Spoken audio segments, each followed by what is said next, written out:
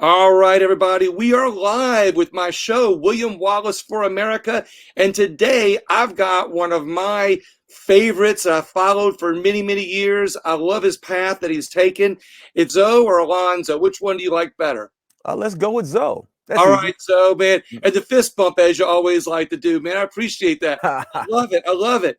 So Zoe, look, I've been following you for a long time. I want to catch up people with you in case I find it hard that there be people who haven't, gotten to know you real well. But let's talk about, your history. Where are you from, and what kind of got you started in general with your music and everything? Let's go give that biography first. All right. Well, I'm basically a California brat. Sorry about that, but I'm original.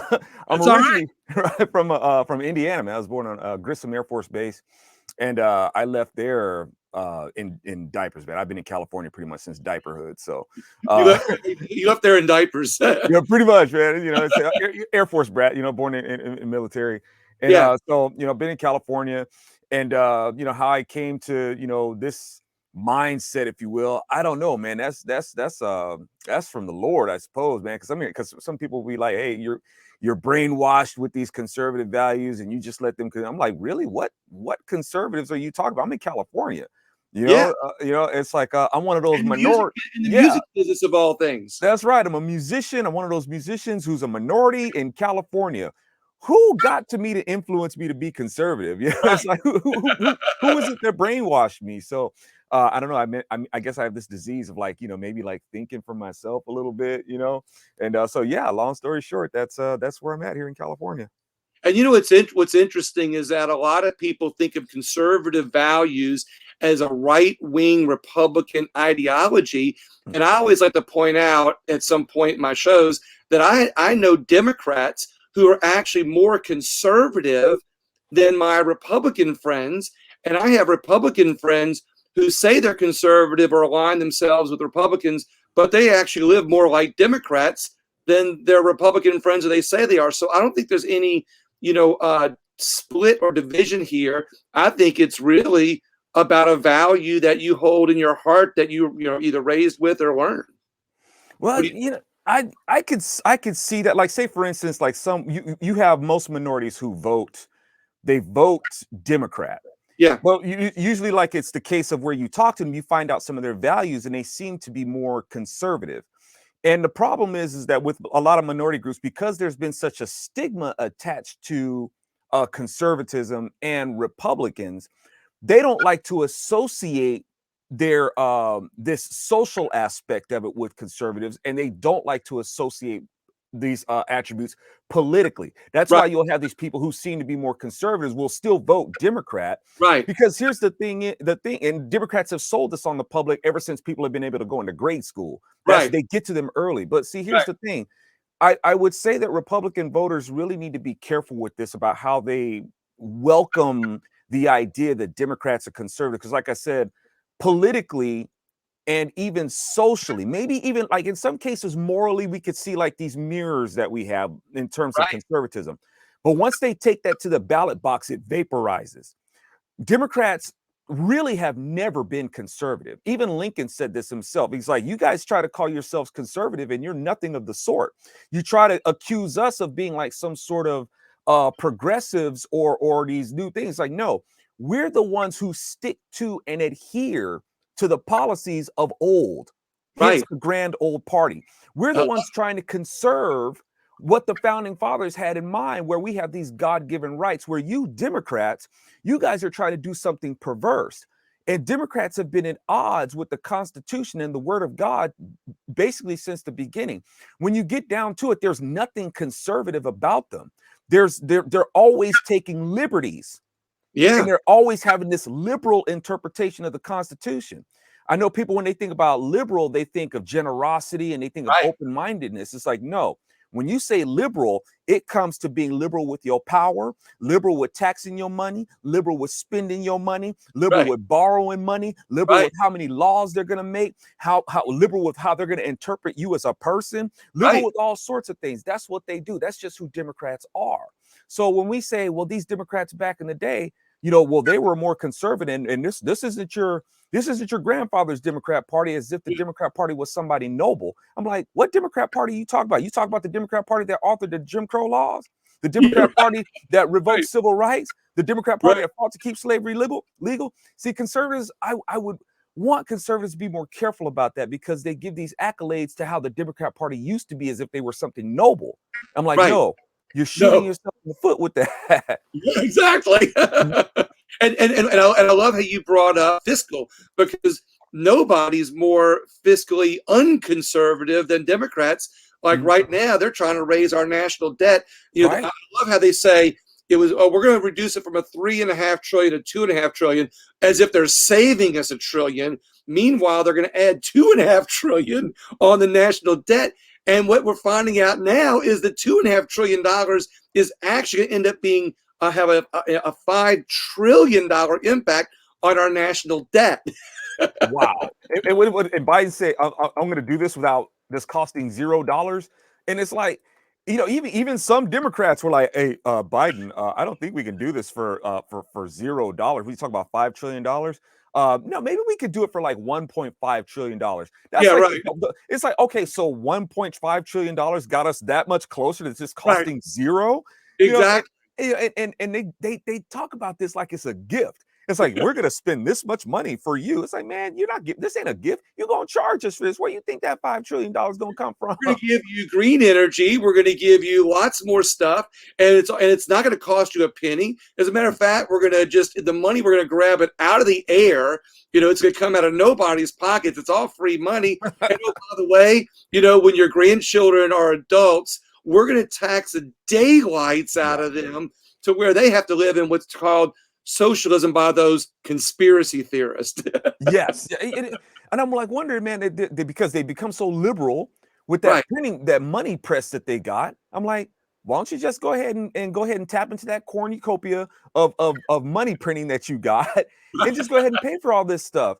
And that stuff doesn't work, and people are made to believe that this money it's either like people don't understand where this, and I don't want to sound condescending when it comes to the American people, man, but it's like, here's the thing. They either think that this money, that the government is rich, Right. like on its own, and just has all this money, Or or take it from the rich. or they think that the rich deserve to be taxed this much to pay for everything, and they don't seem to understand. It's like, dude, that cost is going to get rolled over on the people.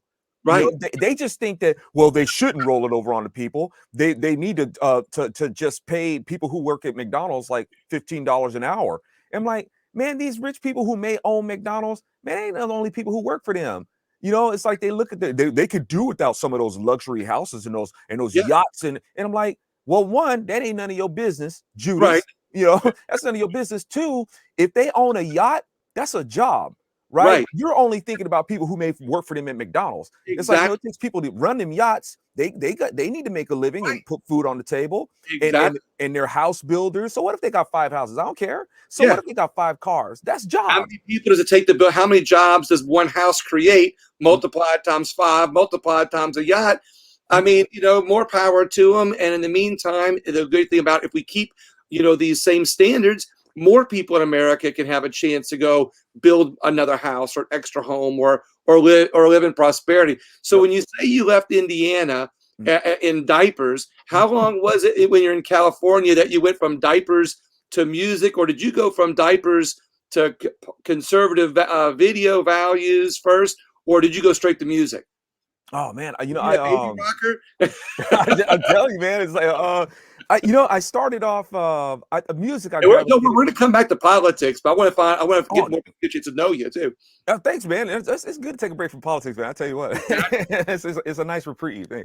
Yeah. But no, it's and the reprieve is going to be to talk about myself. Hey, no, I gravitated towards music like pretty early, and it was one of those things, and this kind of ties into how I came to be, with the politics anyway. But when I was a kid, man, I liked music, and music also has a lot to do with how you speak, poetry. You want to do these things with a sense of beauty, if you will. Yeah. So even like in the way I talk, like earlier on, I spoke a certain way, and growing up, kind of like in the hood, Right. you would get accused of trying to sound white if you spoke a certain way. You know, if you wanted to expand your vocabulary and stuff Right. like that, and make, you know, use of this English language. How dare you? How How dare dare you? you come off as like kind of smart?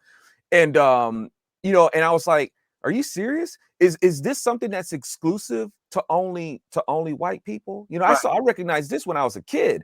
Yeah. And I was like, do you understand how insulting that is to even us? Because what you're saying is, in order for me to qualify as sounding black, I got to sound stupid.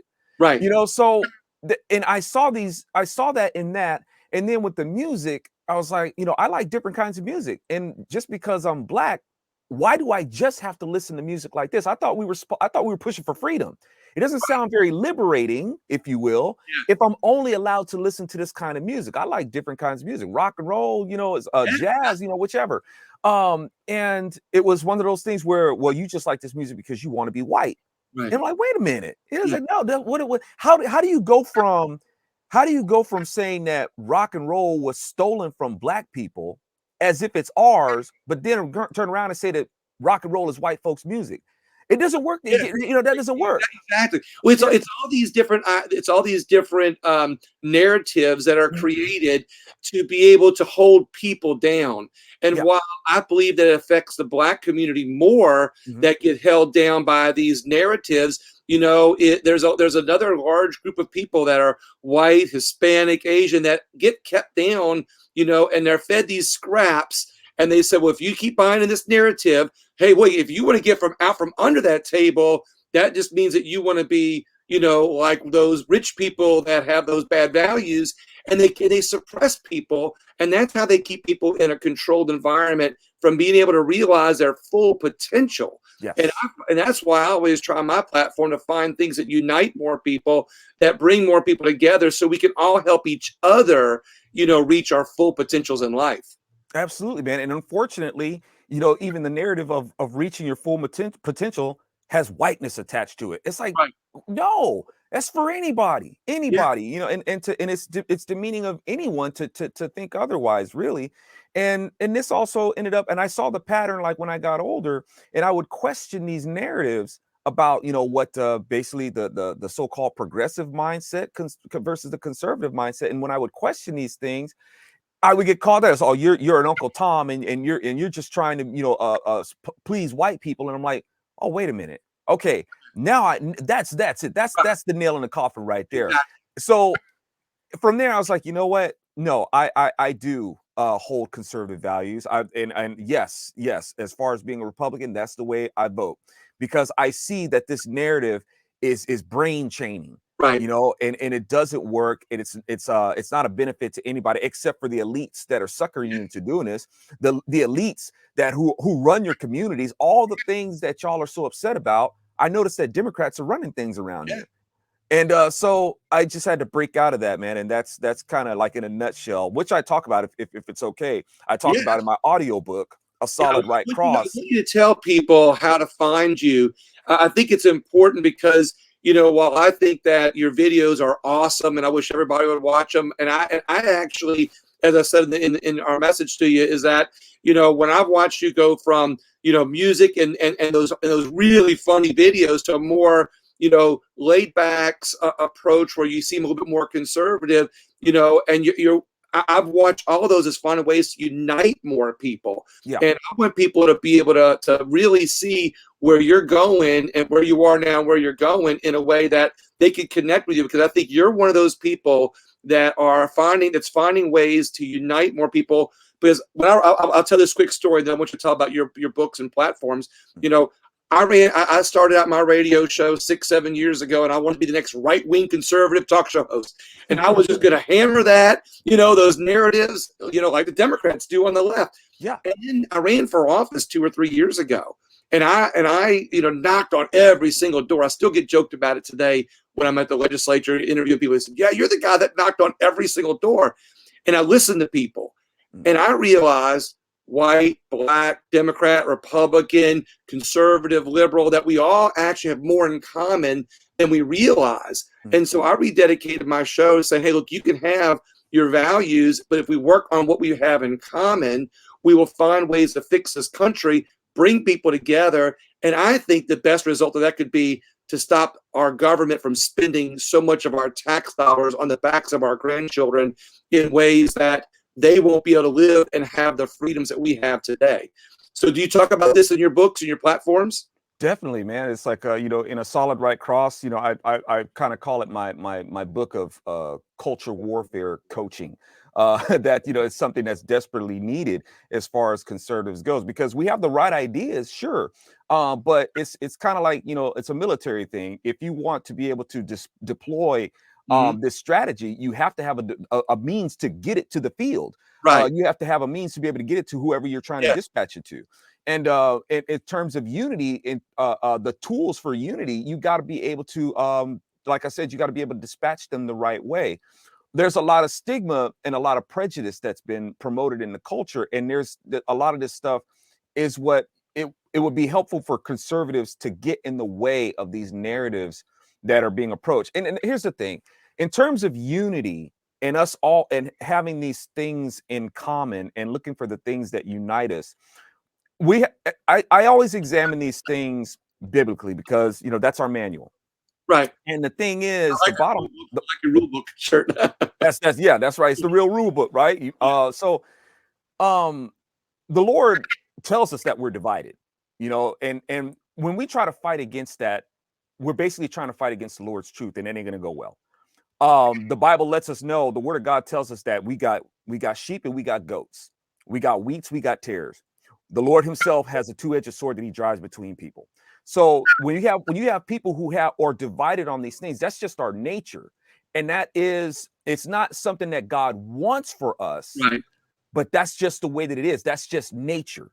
Yeah. And God himself is the only one who could set the record straight, and the one who can bring that unity, to bring that togetherness. See, Jesus is a Levite, right? He's not only from the root of David, but he's also a Levite. He's a priest, right? And the word for Levi itself means connect. It means together. He is the only one who can actually bring that togetherness. The problem is you got a lot of people who reject that. Right. So exactly. they either, they reject Jesus himself, or they reject his way, or they try to assume that there's all sorts of ways. And Jesus is like, look, man, I'm the only way. I'm the only one who can connect you. I'm the only one who can bring everybody together. So when we try to unite people, what grounds are we going to try to unite people on? Because you got people out there talking about solidarity and unity. I'm like, okay, what are you going to unify us on? Which one of us has this foundation? What is it, the Constitution? The Constitution is not an eternal document, so it cannot unite us permanently. Even the Constitution is founded on something, and that thing that it's founded on is the Word of God. So why not just unite around the Word of God according to what he said in the person of Jesus Christ? Why not do that? No, we're not going to do that. I don't believe in your God. Well, we're not going to have unity. Right. Exactly. It's amazing how simple that is, and that's why I said that's one of those things that can bring more people together than we realize. I've got, again, to bring that word Democrat again, I've got Democrat liberal friends who are extremely religious. And, I said, well, if you study the words that even Jesus talked, you find the same values that people on the right have. And wow, we've got something in common.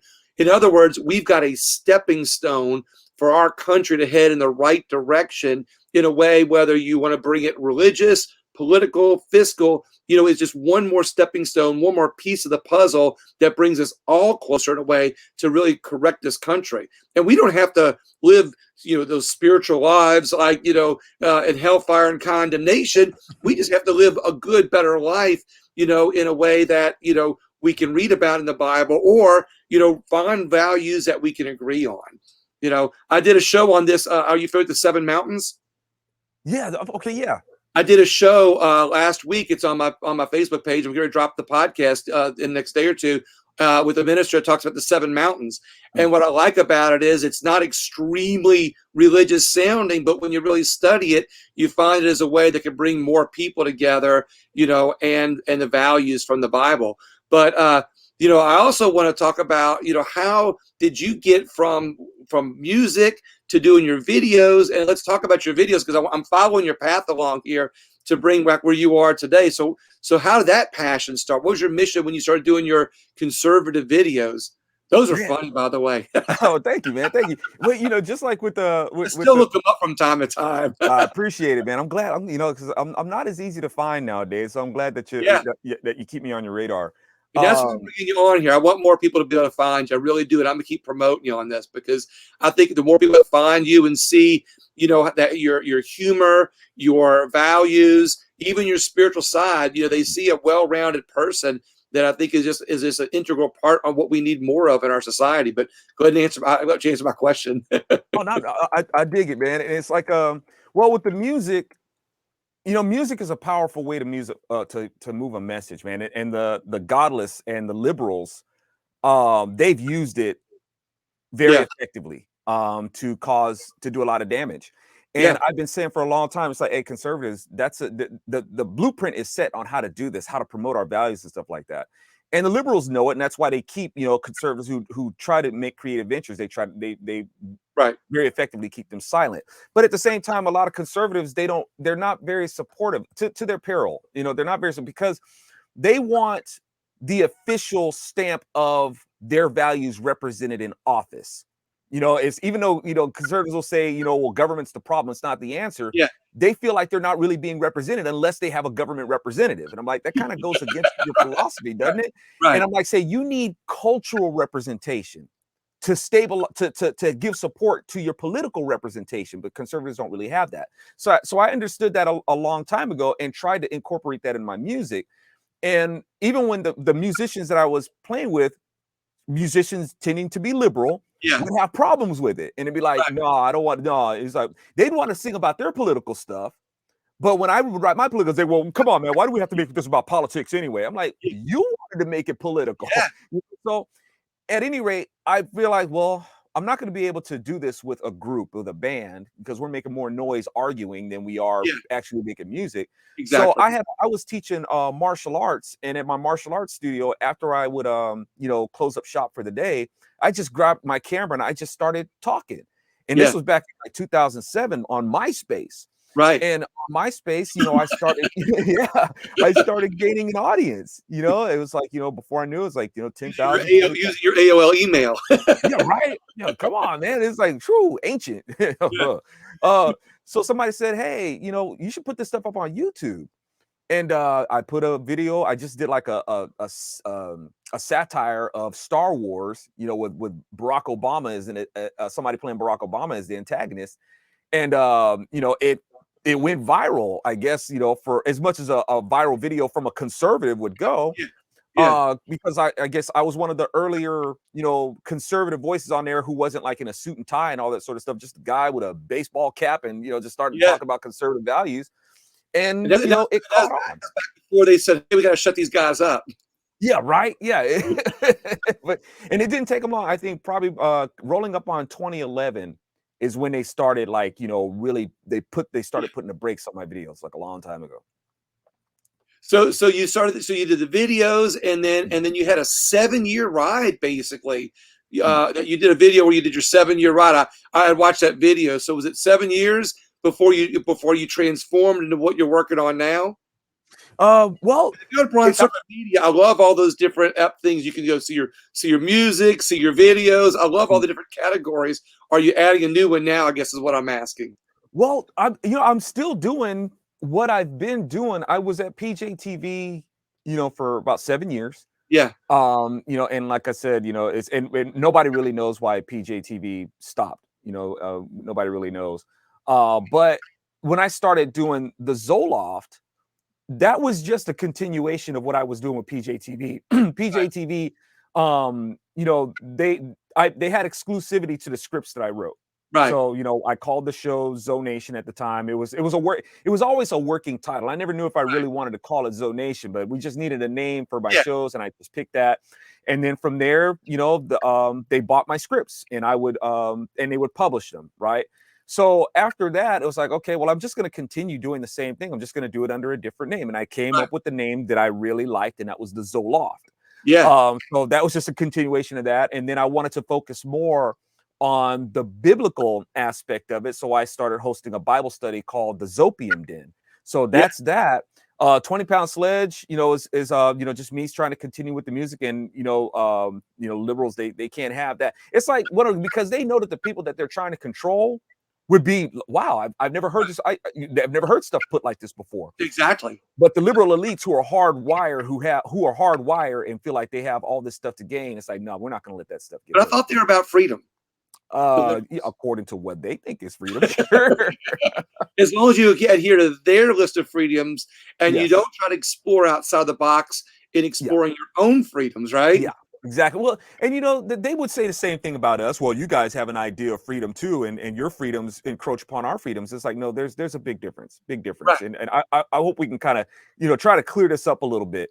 Yeah. As conservatives and as particularly as Christians, it's like, look, if you want to be this and you want to do that, that's fine. Go ahead and do you. But if you try to make us endorse what you're trying to do, and if you're gonna, because you guys are just as religious as anybody else. Like for me, for instance, I'm not a religious person. I'm not religious at all, not even close. Yeah. I'm not religious. I don't follow a religion. I follow Jesus. Yeah. All right. Jesus never said to follow a religion. He says, I'm the way, right? Yeah. Follow me. So the thing is, but they're very religious people. They assume to be very spiritual people. Right. Demons are spiritual too, by the way. But so but they assume to be very spiritual. Do a video on that where you come out with some horns or something like that, right? So, but in terms of like they talk about us being all about hellfire and all that sort of stuff. It's like, well, you guys think that everybody's gonna die in the hell of global warming if we don't follow your religion, right? So exactly. That's a good point. I like that. Yeah, they've got their religion too, and their religion is state sponsored. Their religion is now respected by Congress against our Constitution, against the supreme law of the land. So that's just who they are. But they'll say these things about us like we're trying to impose our morality on them and our religion. It's like, no. You got to twist it. All we're trying to do is keep you. Right. I'm not here to try to make you believe in Jesus. I'm not here to try to make you do this or make you do that. I'm trying to keep you from making us do what it is that you think is freedom. That's all. And force us to pay for it in a multi-trillion-dollar deal that's not going to work. That's not, that has policies and investments. I'll air quote the investments. That aren't going to work. That are going to bring our nation further in debt and in need later in the road when all these ideas that they want us to fund fail. They're going to come back to us with their little tin cup, shaking it. Please, sir, can we have another? Can we have another $1 trillion, please? I guess they'll politely ask as they're just taking it anyway. Can we just have some of that? just dig in my pocket. Yeah, can I get a little bit more of that? They'll be like, hey, Mr. Biden, can you hold this person down while we grab his wallet? Exactly. That's right, man. And you won't even need a dancer to get it out. Yeah. While you think about it, we'll just go ahead and be doing this, Yeah, exactly. Yeah, you don't even think about that hand in your wallet. Don't even worry about it. Look, that guy's going in your house not to take anything, but just to make sure it's nice and tidy. Yeah. So we're here to help. So how exactly? I mean, that's the reason. Well, it's amazing how all of these energy rules that are part of all these new policies that they want us to pay for are going to limit how much energy we use, how we're regulated, and before you know it, they'll need somebody to inspect, all these different these energy requirements to make sure that we're up to standard, so they can have a way to peek into our house. That's a long story made really short in a very awkward way, but you get the point. Yeah, point well made. Yep. So let's talk about your books and how people can find you, more of you. I think that's interesting to talk about. You have a book now, you have videos, you also have a Patreon account. Let's talk about that a little bit because I want people to be able to find you. Oh, thanks, man. My latest book is A Solid Right Cross. And it's basically, biblical boxing and conservative, counterpunching against, left-wing loons and godless goons. we need this culture war coaching, man. Out in time for Halloween. Yeah, right. Yeah. I try to make it timely for all occasions, but heck yeah, Halloween too. We need to get that. We need to set the right. We need to set the record straight on these things. So I got that book. Because like I said, conservative, we got the right idea. It's just dispatching them, in the culture to where, because we're governed by our consent, right? Well, we got a culture that doesn't consent to conservative governance. Right. Right now we got chaos. Um, and my other books are like, Weapon of ASS Destruction, American Socialist States. I gave it that title, because I was hoping that more liberals would find it, as they would be looking for gay porn. So I it's like, love that one. you guys really need to find this book, right? Steal that one.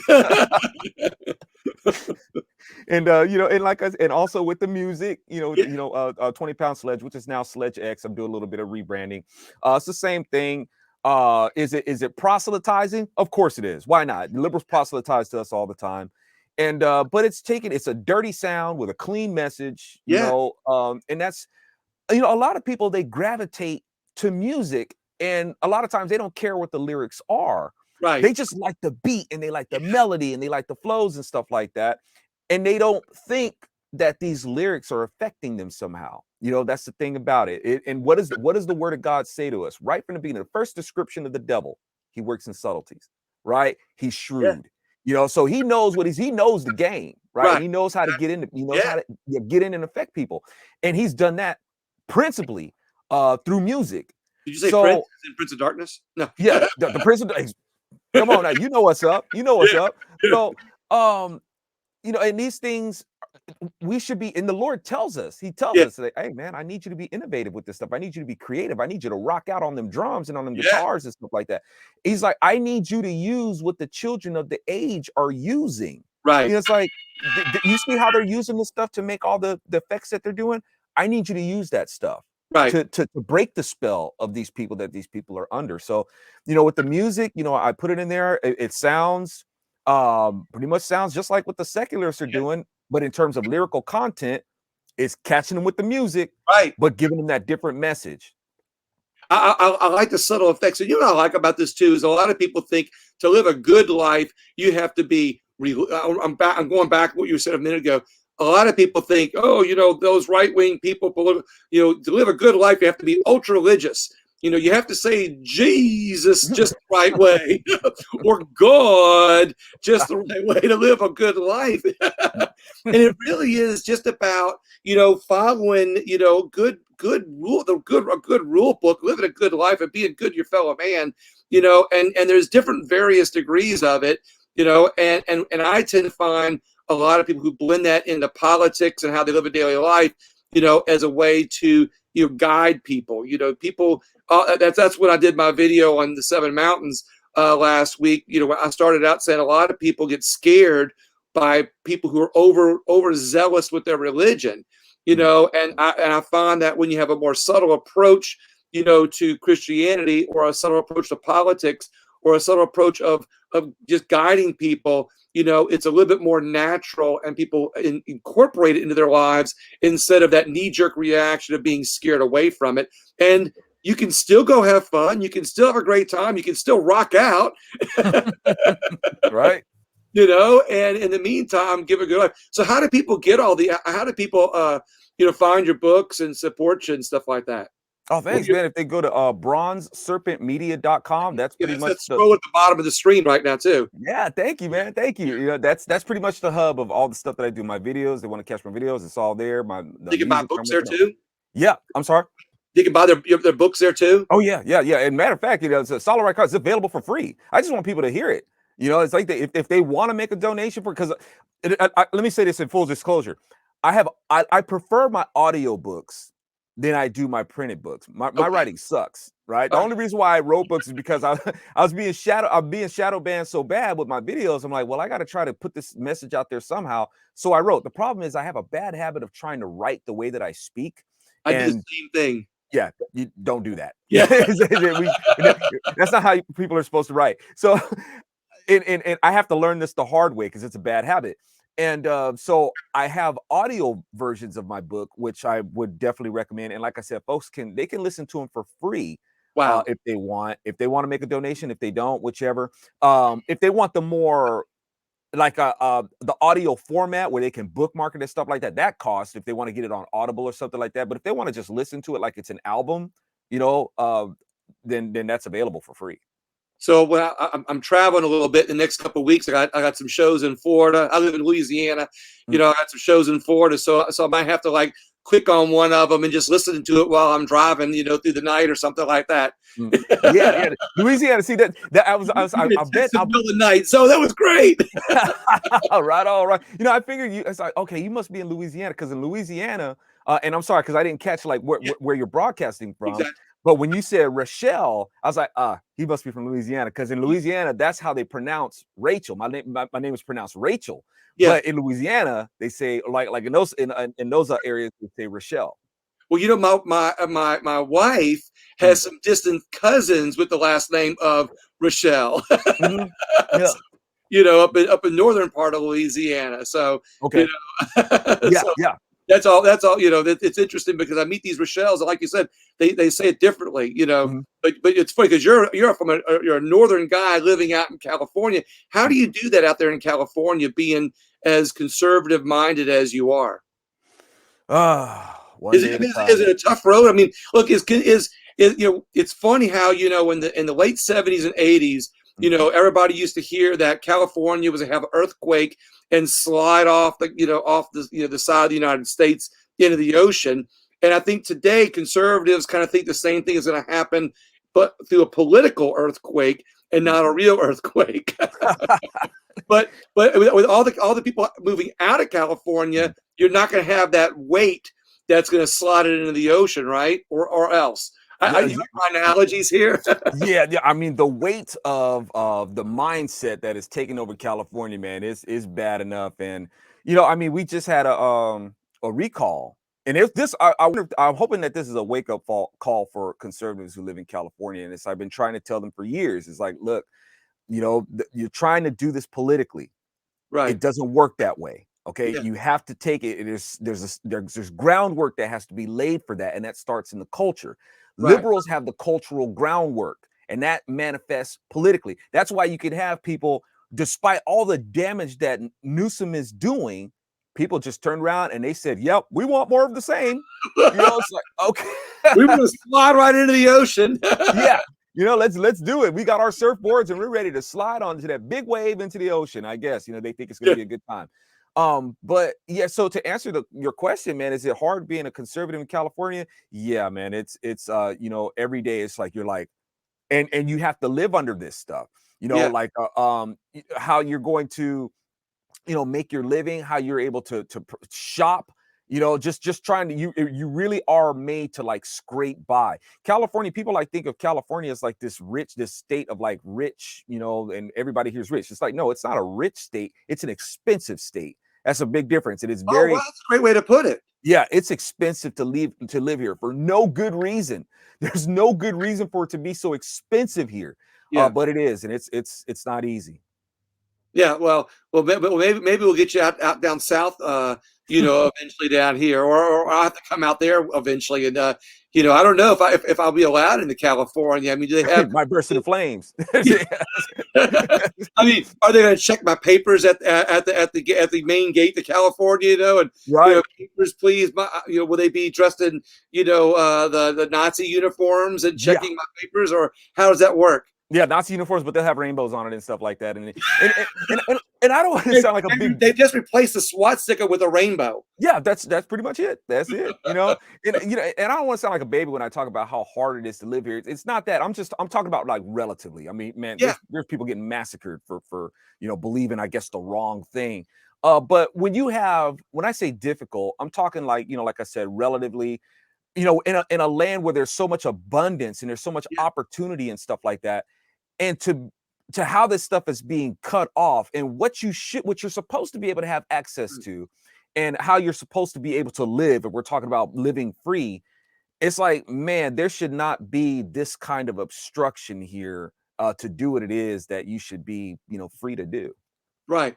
So let's. I got a few more minutes left. I want to not only remind people how to go to Bronze Serpent Media and your site there, which is scrolling at the bottom, to support you. I mean, there's ways to support you. I mean, I think like I said, I think your message is a strong message with conservative values, your Christian values, and your music, is a way to bring it all together and talk about those things what do you think that we as a country can or should unite on? Maybe it's a couple things to help bring more people together in a way that we can really fight for values that are going to save our country and help more people instead of seeing our freedoms go away.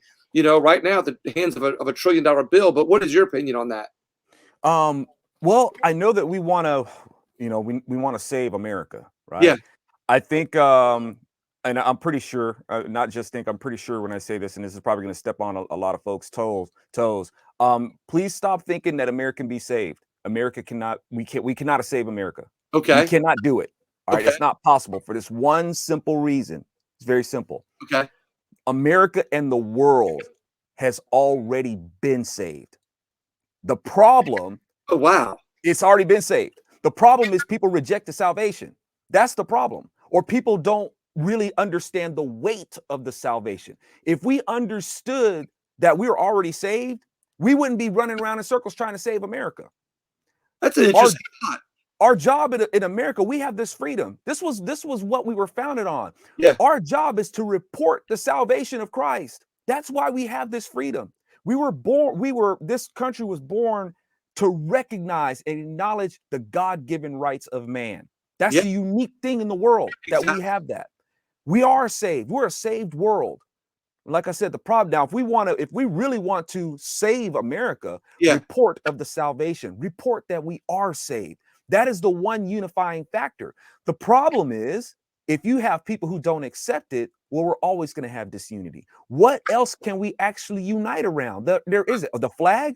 The flag is not my idol. The Constitution is not my idol. I don't rally around the flag. I appreciate the flag that it represents a nation that acknowledges our God-given rights. Right. But before I unite around that banner, I'm going to unite around the banner Jehovah Nissi. My God is my banner. Right? That's what I unite around. So if we're asking how are we going to unite the country, well, can we start there? Probably not. But that's the one thing that is our salvation. But no, you gave me a great answer. And that's why I love that. That's something that we can unite on to, air quotes, save our country, is find ways to profess that we're already saved, but in ways that bring more people together. And I like that. It's funny because you've got a great background with your drum set. I love it. I love it. I absolutely love it. I use the American flag, because my show's William Wallace for America. However, I got a new background that's getting ready to come out. And at which time I might have to add some things like a Bible back there, maybe my Second Amendment rights. I love my Second Amendment rights. All the things that make our country great, and people don't realize that the flag, like you said, is just the thing that unites us as a country, and that's why I have that. Because I've said in my other podcasts, I'll say, I really truly believe that God gave us this country. God gave us our freedoms. He gave us our liberties. He gave us our free will, and our Constitution is what protects those God-given rights in our country. The right to protect ourselves. All of our rights are protected by that flag in our country, and that's what unites us. But we always have to be vigilant, of what we have to do to work together in ways to acknowledge that salvation in your term. I like that.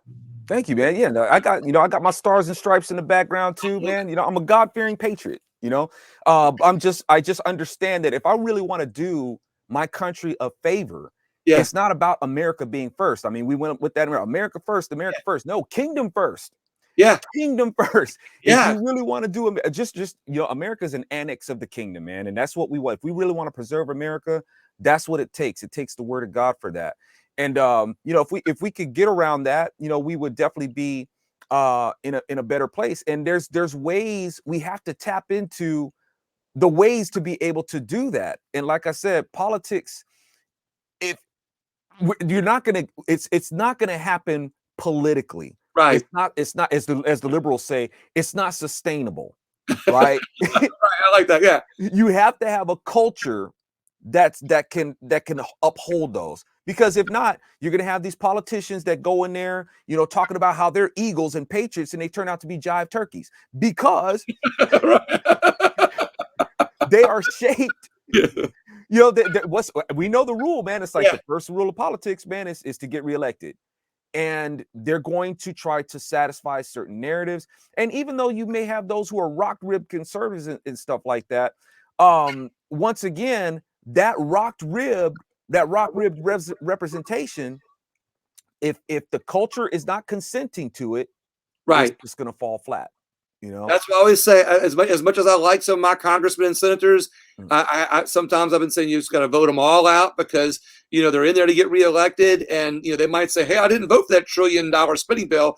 I only voted for the to increase our national debt, but that only did to save our country. But I did that as part of a deal that gave my district a new bridge, and it gave my buddy's district a new paved road, but we did it for your best interest." Yeah. yeah. See, now, and right there, see, that's one thing that I would like to see more of, like, with a lot of these mainstream voices and stuff like that, because we're talking about, this democratic process, our democracy. Yeah. And I hear a lot of mainstream conservatives, they keep saying our democracy, or, we need to save our democracy. And I'm like, wait a minute, why are you buying into the Democrats' language? Right? We're a republic. Right. We have democratic processes, but don't get it twisted. We're a republic. We have these laws. We're supposed to live under the rule of law. And what Democrats have always wanted is the principle of two wolves and a sheep voting on who's going to be dinner. Yeah, right. And we have this democracy. What is democracy? Democracy is basically the word is talking about what's popular.